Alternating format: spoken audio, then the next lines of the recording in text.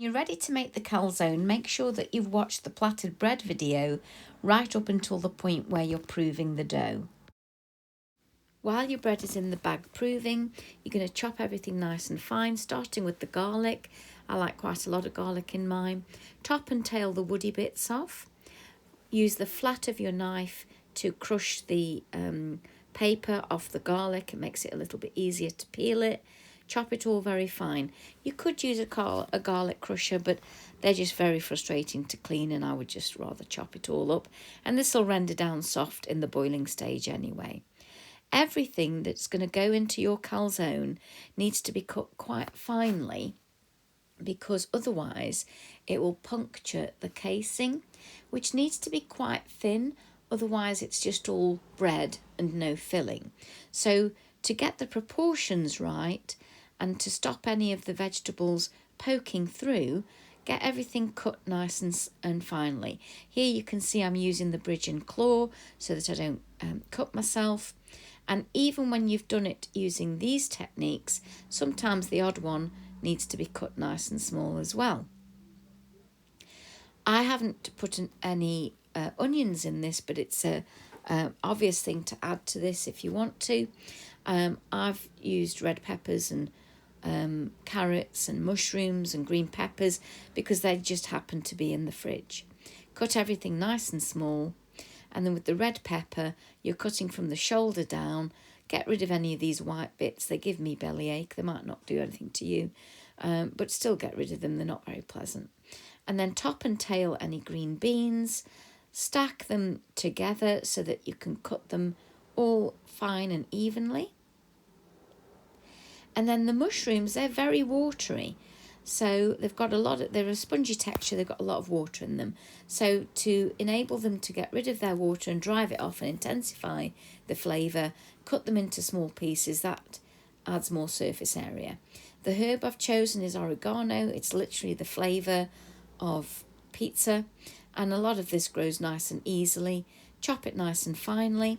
And then the oregano and the garlic, I don't put in until the last stage of frying so that they don't go bitter and burn. So they're all now going to go into a saucepan along with any meat that you've chosen. Just bung it all in the same saucepan. It's all going to fry together and create nice flavours. And in this case, I've actually used corn, but it can be minced beef, minced lamb, minced pork, doesn't matter which. And you can see that I'm putting all of the vegetables in and leaving the garlic and oregano until the last. As well as oregano, thyme works well as well. When you're at the hob, bring everything that you might need during the process that's in the first stage of the recipe. And then you're going to fry this until everything starts to develop a flavour. If the meat was in this, you'd wait and stir it until it goes brown. In this case, because it's all vegetarian, I'm waiting for the mushrooms to drive off some of the moisture and to go a darker colour. And then you're going to add your flavour once it's fried and it starts to stick.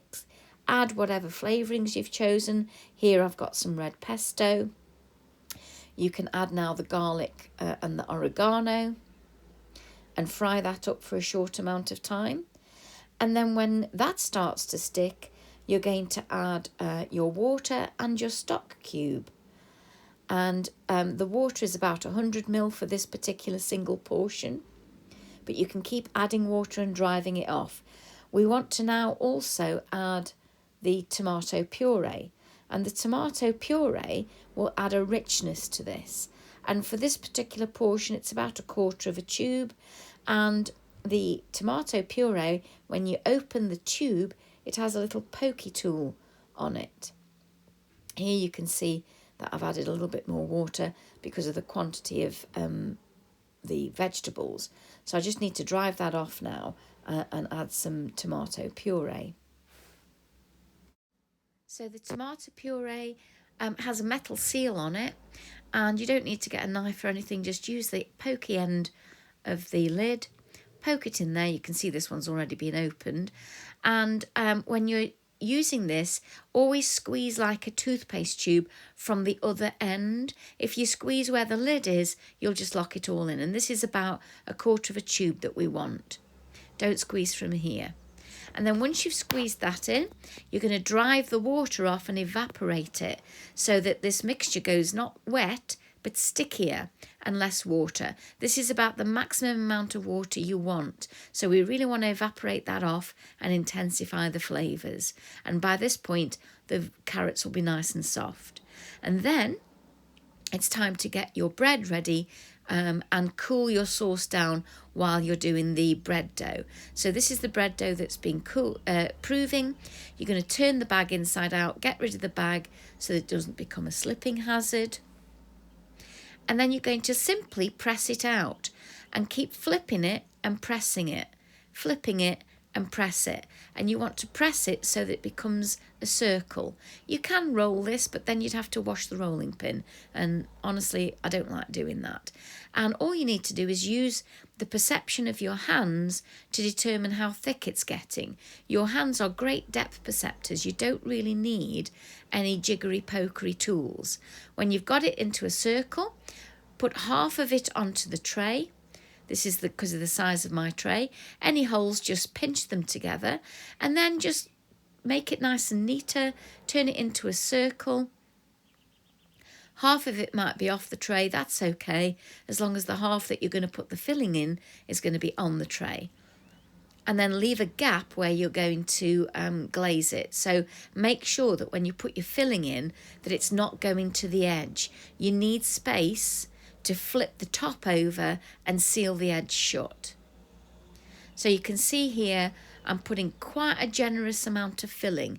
This is going to be a huge calzone. It's a picnic food, it's one portion, and it's got all of the vegetables that you need along with the proteins in one meal. And I'm being quite generous here, get it quite full, but still keep the edges clear. Then you're going to glue with egg glaze down the side, and this will make sure that the whole thing doesn't pop open in the oven. Then you're going to stretch it over, seal it down and crimp it. And if you need to shape it a little bit at this stage, it's fine too. Crimping is very simple and you might need to go over it twice to accentuate the shape. And I like a crimped edge, so mine's quite large. But this is a very domed top. It's quite a generous proportion of filling. So I'm going around it a second time, and then I've got to glaze it all the way down to the crimped edge.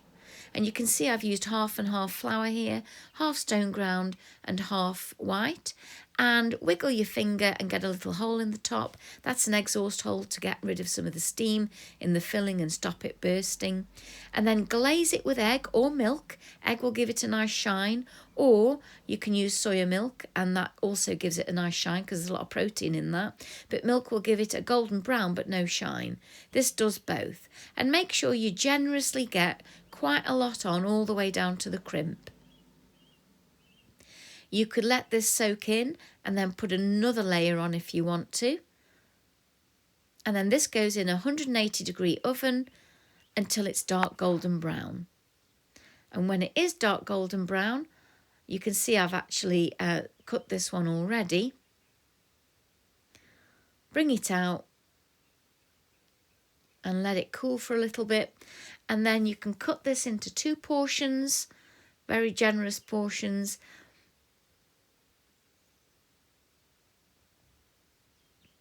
And then you can see, hopefully, that the filling is not going to spill out in a watery mess. And it's not made the dough all soggy because you've really evaporated that water off and intensified the flavours inside that sauce by driving the water off at the boiling stage. And the bread's not too thick, it's not too thin. The crimp is always going to be the generous part.